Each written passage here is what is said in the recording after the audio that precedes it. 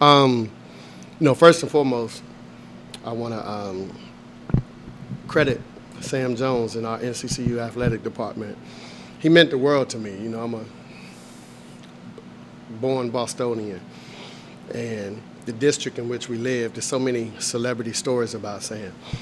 And I told our guys, I said, the black socks y'all have and the baggy shorts, a lot of that is because of Sam, because in Boston, he connected with a young kid by the name of Jimmy Walker, and who needed some help academically. He sent him down here to Lombard Institute. The kid ended up going to Providence and started at Providence and became the #1 NBA draft pick in '66.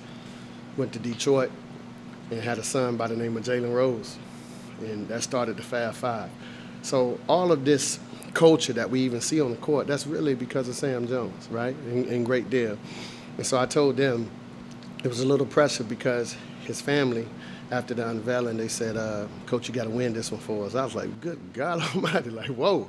So I told our guys and I reminded them, it's bigger than you, right? Every time we leave the huddle, it's bigger than you. Whatever's happening individually is bigger than you. I thought our guys was kind of tense because this was our first real crowd, right? We had the non-conference, but it was the break with the students, and we've been great at home, but this was the first atmosphere where it was really North Carolina Central type electricity, and I think our guys got frozen. And credit South Carolina State. They came off, and we just couldn't put them away. We'll punch them in the mouth and throw a haymaker, and they'll come back and throw another haymaker at us.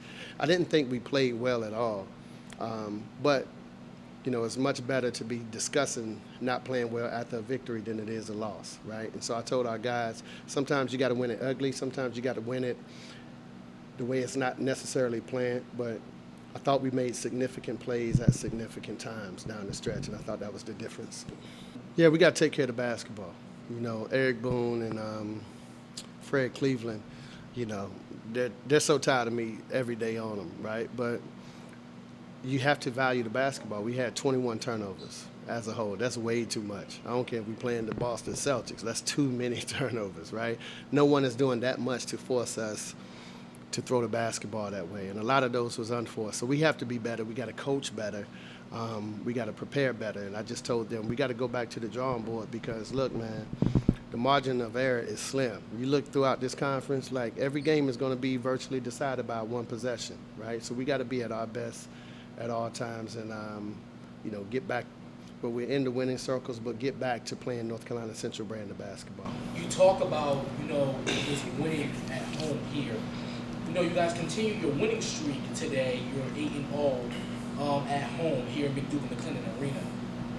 Talk about how's that going to affect you in the MEAC play. How this home crowd is going to affect you guys in a positive light. It's energy. I was just talking to a young lady, Whitney, and I'm getting older. It's a young lady I used to teach in high school, and she came to the game today with her husband, and she saw the Moton Maniac T-shirts, and she said, Coach, we started that at Sanderson. And I was like, wow, they did. Like, it was a group of students that put some tie-dye things and came on, and so we kind of carried over into the student section. But to answer your question, it's energy, right? At times, we're not going to be playing our best, but, the home crowd gives you energy. It gives me energy, and, Justin was cramping, but I thought the energy just electrified him to a point where he could fight through some difficult times and everyone else. And when you're energizing us, you're really kind of taking the life out the other team as well. So I'm appreciative of the efforts of our guys. I'm appreciative of the crowd and the support,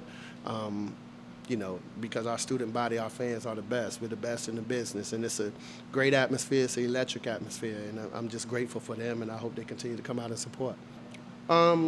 They're trying to listen. That's what I like the most. Like, they're being coachable, right? And so as long as they're being coachable, we can get to where we need to get to. What I don't like is us turning the basketball over, right? We're our own worst enemy at times, and they're unforced turnovers, right? And so it's just a bounce pass to a 7-footer. Right? He's 7 foot for a reason. Just throw it up there. Like, if you turn it over, let it go over his head out there. Let's talk about that turnover. Or unnecessary fouls, fouling jump shooters. Right? In this game is made up of runs, so everybody always look past the 36 minutes and go straight to the last 4 minutes of the game. But a lot of times it's self-inflicted wounds where you're your own worst enemy because you was on an 8-0 run, but then you did 2 bonehead plays, and now you allowed them to score from the free throw line because you fouled them and you turned it over. Now they got to lay up, and now it's a 3-point game, and they're right back in the game. And that's the thing we have to understand. That's the thing our guys have to understand. And I just told them, look, in March, this thing is building, but in March, it's a one-possession game. It's going to be one possession that changes the outcome of the game. And so for us, we want that to be a positive effect.